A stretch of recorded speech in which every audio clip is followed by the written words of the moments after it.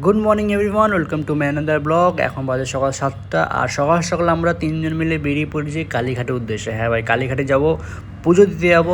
তাই আমরা দেরি না করে আমাদের নিয়ারেস্ট যেটা মেট্রো বহনগর সেখানে চলে গেলাম, কারণ এখান থেকে সুবিধা হবে আমাদের যাওয়া। আর তোমাদেরকে একটা রিকোয়েস্ট করবো যে কেউ ভিডিওটা স্কিপ করে দেখো না, পুরো ভিডিওটা দেখবো, আশা করি সবার ভালো লাগবে। দেন আমরা টিকিট কিনে নিলাম, আর এখন চলো যাওয়া যাক মেট্রো। সকাল সকাল মেট্রোর ভিতরে প্রচুর পরিমাণে ভিড় দেখতে পাচ্ছো, তো সিট পাইনি, সেজন্য আমাদেরকে দাঁড়িয়ে যেতে হবে কালীঘাট। আর এখান থেকে মেবি আধা ঘন্টার মতো টাইম লাগবে। A few moments later.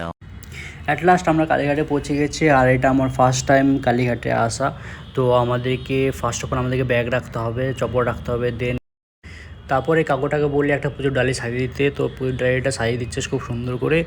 আর এই পুজোর ডালিটা মেবি 101 টাকা এরকম কিছু বলেছে। তারপর চলে এলাম মন্দিরের দিকে, আর লাইনটা অনেক বড়ই ছিল, তো এখানে ঘুরে ঘুরে যেতে হবে সে লাইনের দিকে।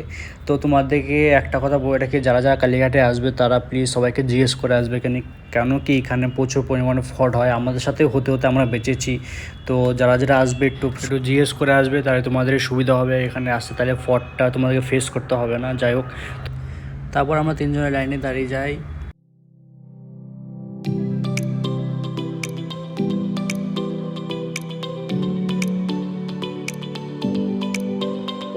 One hour later.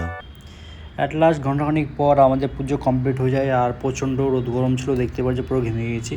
তারপর পুজো কমপ্লিট করার পর আমরা নতুন একটা জায়গা চলে এসেছি, সেটা হচ্ছে ডেকার্স লেন। আমাদের আগেতে প্ল্যান ছিল কালীঘাটে পুজো দেওয়ার পর আমরা ডেকার্স লেনে যাবো, ওখানে গিয়ে অরুণদার কাছে খাওয়া দাওয়া করবো, দেন আমরা বাড়ি ফিরবো। তো আমরা অ্যাট লাস্ট অরুণদার দোকানের সামনে চলে এসেছি, এখন দেখি কি খাওয়া যায়।